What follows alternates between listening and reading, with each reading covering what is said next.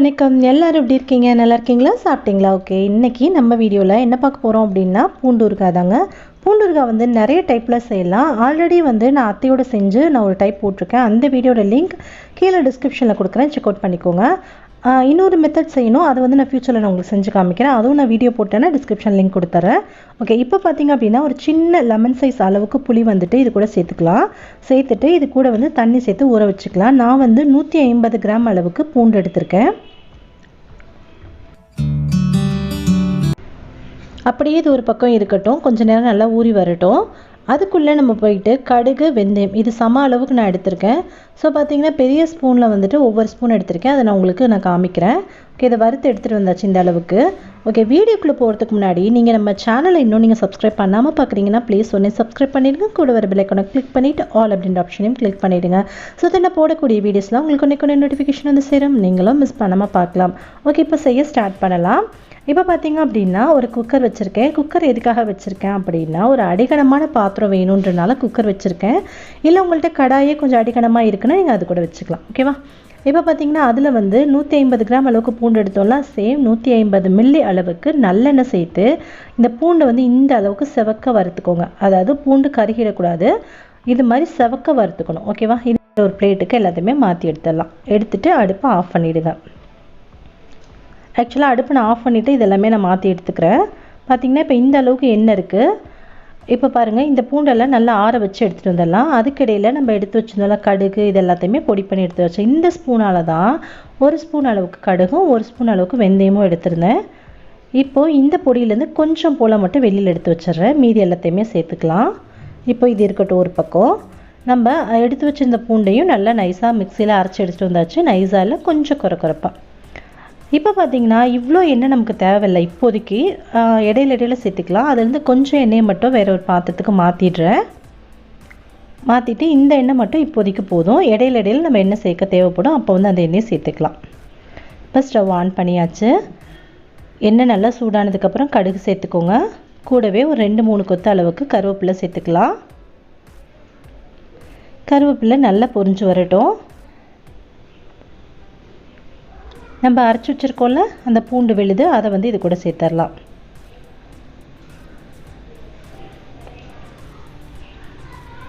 எல்லா பூண்டையுமே சேர்த்துட்டு அடுப்பை லோ ஃப்ளேம்ல வச்சிட்டு மெதுவா கலந்து கொடுங்க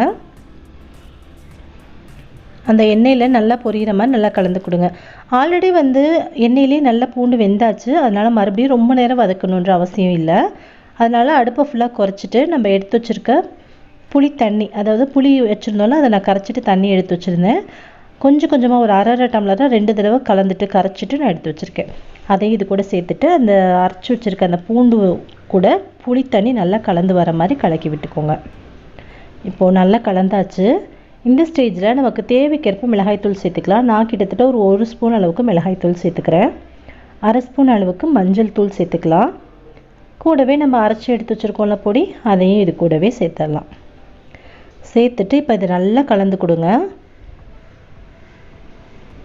தேவையான அளவுக்கு உப்பு சேர்த்துக்கலாம் உப்பு நான் சேர்த்த உப்பு கம்மியா தான் இருந்துச்சு நான் அதுக்கு அப்புறம் சேர்த்தேன் உங்களுக்கு தேவைக்கு பார்த்துட்டு சேர்த்துக்கோங்க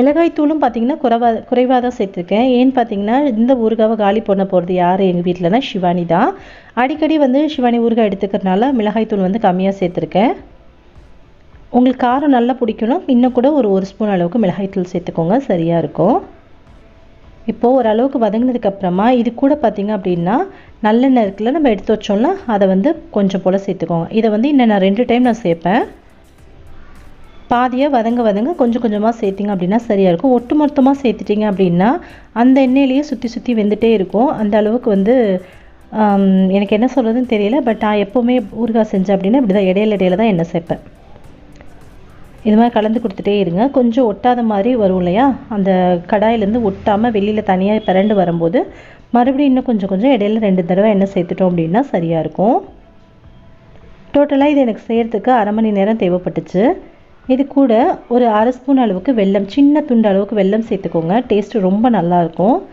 நம்ம சேர்த்திருக்க மிளகாய் தூள் புளி இது எல்லாத்தையுமே நல்லா பேலன்ஸ் பண்ணி கொடுக்கும் டேஸ்ட்டுமே ரொம்ப நல்லா இருக்கும் பூண்டு ஊறுகாய்ல சேர்க்கும்போது அவ்வளவுதான் கிட்டத்தட்ட நம்மளுடைய ஊறுகாய் வந்து ரெடி ஆயாச்சு ஃபைனலா நம்ம எடுத்து வச்சிருந்த எல்லா எண்ணெயுமே ஊத்தியாச்சு இந்த ஊறுகாவை செஞ்சு முடிச்சுட்டு கடைசியாக பார்த்திங்க அப்படின்னா கொஞ்சோண்டு எண்ணெய் வச்சுருந்தேன், அதை ஊற்றிடலாம். செஞ்சு முடிச்சுட்டு பார்த்திங்கன்னா ஆஃப் பண்ணிவிட்டு எடுத்து வச்சுட்டு ஒரு மணி நேரம் கழித்து பார்க்கும்போது நம்ம ஊற்றின எண்ணெய் எல்லாமே மேலே வந்திருக்கும்.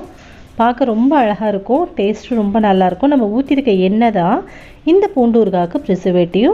ஸோ அதனால் எண்ணெய் கொஞ்சம் ஜாஸ்தி சேர்த்துட்டிங்க அப்படின்னா ரொம்ப நாளைக்கு கெட்டு போகாமல் இருக்கும். அவ்வளோதான், எண்ணெயில் நல்லா திரிஞ்சு மேலே வந்தாச்சு. நம்ம அடுப்பை இந்த ஸ்டேஜில் அடுப்பை ஆஃப் பண்ணிடலாம். பாருங்கள், கரண்டி வச்சு எடுக்கும்போது நல்லா பெரிய கூடாக விழுகுதில்ல, இந்த ஸ்டேஜ் வந்து கரெக்டாக இருக்கும். இப்போ ஃபைனலாக அடுப்பை ஆஃப் பண்ணிவிட்டு நல்லா ஆற வச்சுக்கோங்க. ஆற வச்சுட்டு ஒரு ஏர்டைட்டான கண்டெய்னருக்கு மாற்றி எடுத்துக்கோங்க. நம்மளோட சூப்பரான சுவையான பூண்டு ஊறுகாய் தயாராகிடுச்சு. நல்லா ட்ரெடிஷ்னலாக பாரம்பரிய முறையில் நம்ம செஞ்சுருக்கோம். இப்படி தான் வந்து பூண்டு ஊறுகாய் பொதுவாக இப்படி தான் செய்வாங்க. இது இல்லாமல் புளி சேர்க்காமலும் செய்ய முடியும். அது கூடி சீக்கிரம் நான் இன்னொரு வீடியோவில் நான் அப்லோட் பண்ணுறேன்.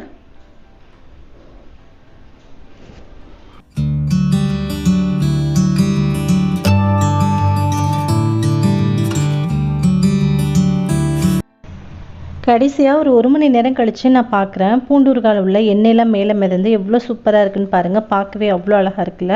இது அப்படியே வேறு ஒரு குட்டி ஜாடியில் நான் மாற்றி வச்சிட போகிறேன். இது வந்து நமக்கு 6 மாதம் ஆனாலும் அவ்வளோ சீக்கிரம் கெட்டு போகாது. பாருங்கள், பார்க்கவே அப்படியே அவ்வளோ சூப்பராக இருக்குது பாருங்கள். அல்வா மாதிரி வந்திருக்கு. கண்டிப்பாக நீங்களும் ட்ரை பண்ணி பாருங்கள். ட்ரை பண்ணி பார்த்துட்டு எப்படி வந்துச்சுன்றதை கீழே கமெண்ட் பண்ண மறந்துடாதீங்க. கண்டிப்பாக உங்களுக்கு இந்த வீடியோ பிடிச்சிருக்குன்னு நினைக்கிறேன். வீடியோ பிடிச்சா வீடியோக்கு ஒரு லைக் கொடுங்க. உங்கள் ஃப்ரெண்ட்ஸ் அண்ட் ஃபேமிலியோடையும் ஷேர் பண்ணிக்கோங்க. மறக்காமல் நம்ம சேனல் கவிஷ்கி கிச்சனை சப்ஸ்கிரைப் பண்ணிவிட்டு கூட வர பெல் ஐக்கானை கிளிக் பண்ணிவிட்டு ஆல் அப்படின்ற ஆப்ஷனையும் கிளிக் பண்ணிவிடுங்க. ஸோ தட் நான் போடக்கூடிய வீடியோஸ்லாம் உங்களுக்கு ஒன்றே நோட்டிஃபிகேஷன் வந்து சேரும், நீங்களும் மிஸ் பண்ணாமல் பார்க்கலாம். ஓகே, உங்களை இன்னொரு வீடியோவில் மீட் பண்ணுறேன். அது வரைக்கும் பை. தேங்க்யூ.